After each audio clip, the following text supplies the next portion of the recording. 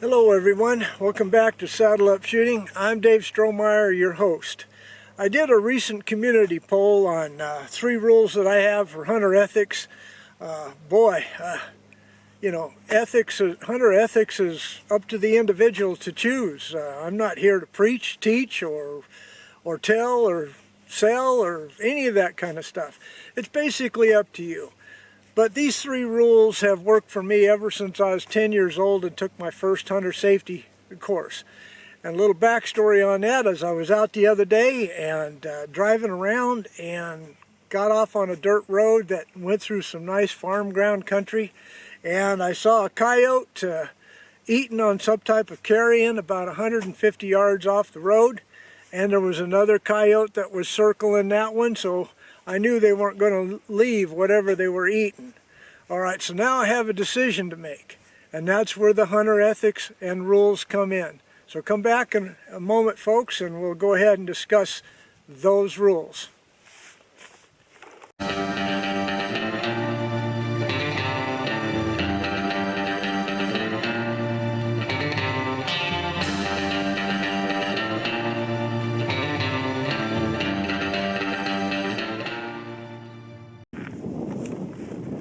Now on that poll, 90% of you said I should do this video, 10% said not, and that kind of surprised me a little bit, especially a friend that I have back east who said we don't have the right to tell anybody what to do anytime. We can just tell them how we do it and let them make their own decisions. And I don't necessarily disagree with that.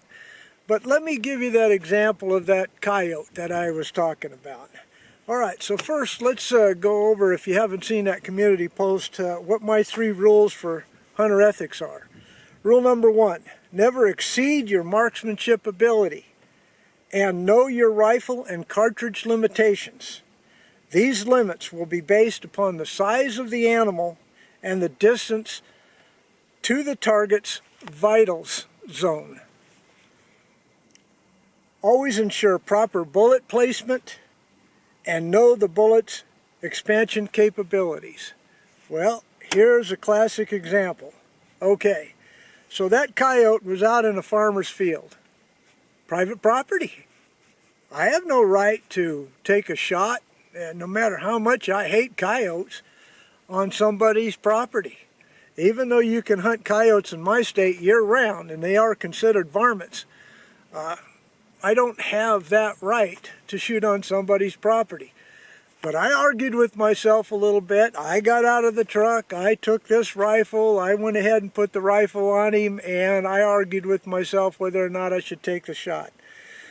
Alright, so I knew that my marksmanship skills to 150 yards, I could probably make that shot.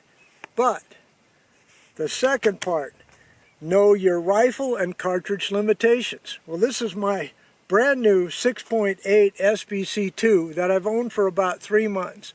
I only have about 90 to 100 rounds through it. I've worked up some loads on it. It shoots really well. And today I will be shooting that 90 grain Spear TNT varmint load. So know your cartridge limitations. This is a varmint bullet, not for deer-sized game and up. A varmint bullet by its very nature is designed to explode, not to penetrate very far into the animal and the bullet to come apart and create a kind of a bomb inside the animal and immediately dispatch it. And you're not interested in the meat, so we don't care about that meat destroying. The size of the animal. It's a varmint load, coyote and under. The target's vital zone. Well, on a coyote, you know, you're going to probably be aiming for the chest, but quite frankly, we just want to dispatch the animal, so a poor shot may not be necessarily that important to you. It is to me. I don't like to see any animal, even if I can't stand them, suffer. Alright, always ensure proper bullet placement and know the expansion capabilities. Well, alright, I already went through that. Okay, rule number 2, know your time constraints, your physical limitations, and your ability to process the dispatched animal out of the field. Well, where that comes in is time constraints is, what if you're out on a hunting blind or you're out shooting and there's heavy forest not too far away from a field you might be hunting on, and it's like 15-20 minutes before dark, and you happen to hit that animal and it runs into the trees and now it's dark. How good is your tracking ability? You know, God help you if you have to wait overnight and it never gets under 75 degrees at night. That animal will be blown up and bloated by the morning for you to have light to go ahead and find it. All right, so my physical limitations. Well, I'm older now.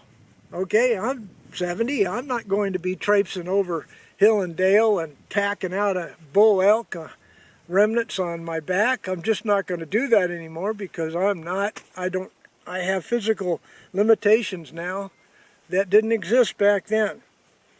And to be able to process the dispatched animal out of the field. Elk are big.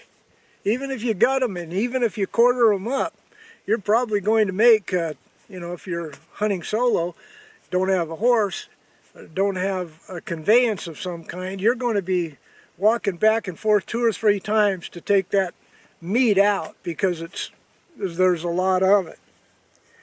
Rule number 3, know your state's hunting regulations. Well, sure. You don't know that, then you might get yourself into a whole lot of trouble and be writing a check that you don't want to write and have your hunting privileges removed. Now, equate that to driving.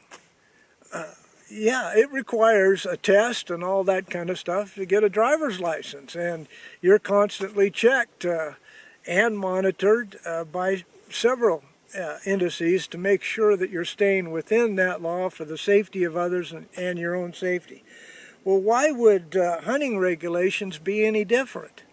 They're going to specify the do's and don'ts, and the don'ts are pretty clear. Well, back to that coyote again.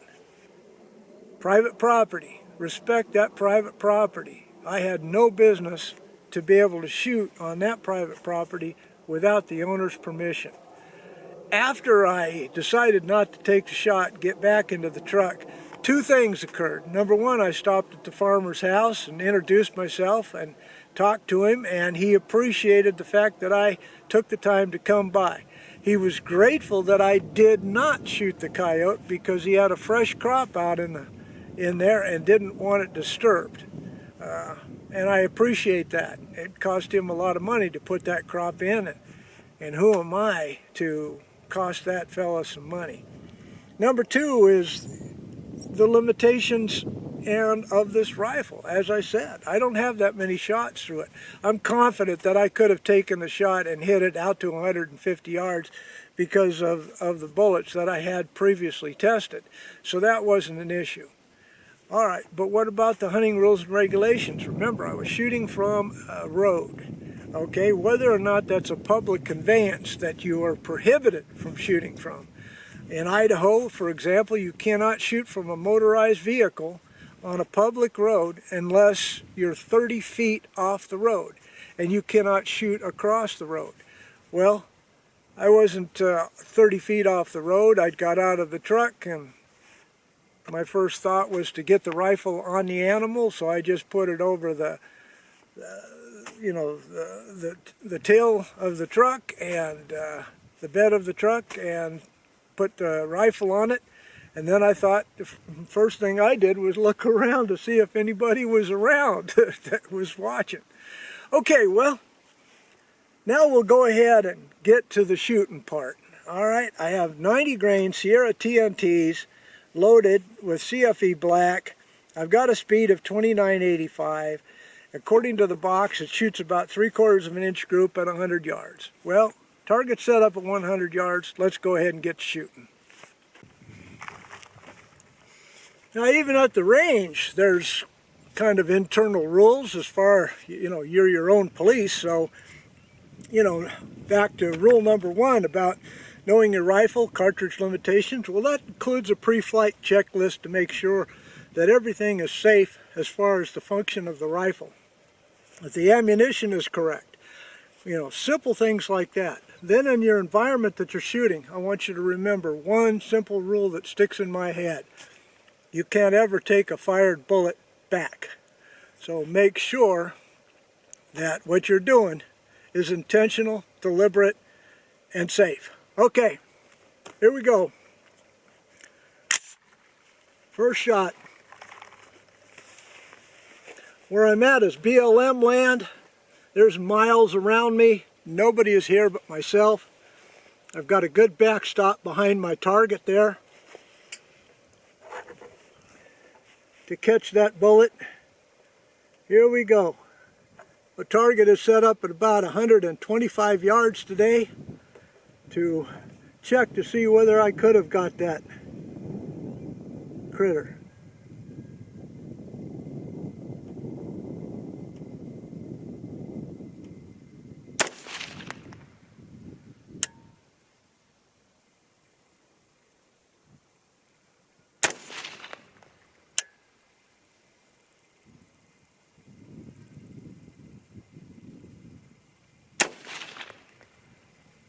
Okay, but I was shooting off the bed of my truck.